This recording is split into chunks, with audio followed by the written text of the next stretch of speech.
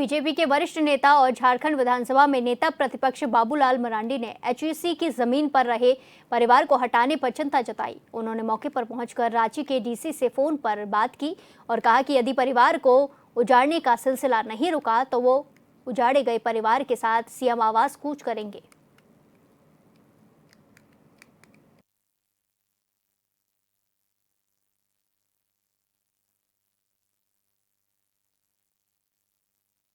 से यहाँ लोग रह रहे हैं, सब लोग बता रहे हैं। अब उसके बाद बुलडोजर बता रहे हैं, आपको ये झोपड़ी अच्छा नहीं लगता है। जमीन यहाँ एचईसी की कोई जमीन की कमी नहीं है। अब वहीं लोग ये कॉलोनी बना देते, बढ़िया से सुंदर लगता है। अगर हेमंत सोरेन को इधर से विधानसभा आते जाते झोपड़ी अच्छा नहीं लगता है, बढ़िया से मकान बना देते हैं। लेकिन अब इन लोगों को उजाड़ रहे हो, अब कहाँ जाएगा? बच्चे पढ़ रहे हैं, बच्चे पढ़ रहे हैं। अब इन लोगों को कुछ नहीं है। जो पूछे अभी आप ही लोगों के सामने बात कर रहे थे, 40 साल 50 साल से पीढ़ी यहाँ गुजर गया लोगों की। अब ये लोग कहाँ जाएंगे?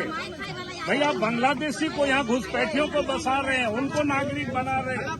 और यहाँ इतने वर्षों से जो गरीब रह करके मजदूरी करके अपना जीवन बसर कर रहे हैं, बाल बच्चों को पढ़ा रहे हैं, और उन लोगों का आप यहाँ से उजाड़ रहे हो। ये बेचारा कहाँ जाएगा? इनके पास कोई मकान तो नहीं है कि आप इन्होंने यहाँ इंक्रोच तो वो कहते हैं जिसके पास मकान है और जमीन कब्जा किया। इन लोगों के पास बेचारा तो कहीं नहीं है। सुप्रीम कोर्ट का भी आदेश है। इसीलिए सरकार इन लोगों को बसाना ये करना चाहिए। और जो भी अभी लोग हैं, तिरपाल वगैरह सरकार उपलब्ध करावे ताकि इनके बाल बच्चे पढ़ाई करें और तत्काल ये तोड़ फोड़ को रोक करे। इसी के साथ ब्यूरो चीफ अजय लाल हमारे साथ जुड़ चुके हैं। अजय, जिस तरीके से ये मुद्दा उठाया है नेता प्रतिपक्ष ने, तो क्या कुछ इसमें देखने को मिल रहा है और परिवार को उनकी जमीन से क्यों हटाया गया है? देखिए प्रिया, सबसे अहम बात तो यह है कि ये जो जमीन जहां पर गरीब गुरबा रह रहे थे, ये 1-2 महीने से नहीं रह रहे थे। कई लोगों की पीढ़ियां यहाँ पर बदल गई। 20 साल 25 साल से ये तमाम जो गरीब गुरबा के लोग हैं, जिनका भोजन, जिनके घर का चूल्हा चौकी दूसरों के घर पे काम करके गुजरता है, ऐसे लोग रह रहे थे करीब 20 साल से 25 साल से। अचानक एचईसी ने नोटिस दिया 6 माह पहले और उसके बाद कहा कि आप लोग यहाँ से बस्ती को खाली कर दें। सवाल यह है कि ये लोग जाएंगे कहाँ? कहाँ इनका पुनर्वास होगा? कहाँ रहेंगे? सावन भादों का महीना है। लगातार मैं कह रहा हूँ कि सनातन धर्म मानने वाले लोग सावन भादों के महीने में मकड़ी के जाल को भी नहीं हटाते हैं प्रिया। ऐसे में 1100 परिवारों को लगातार उजाड़ने की प्रक्रिया एचईसी के माध्यम से रांची जिला प्रशासन ने शुरू कर दी है।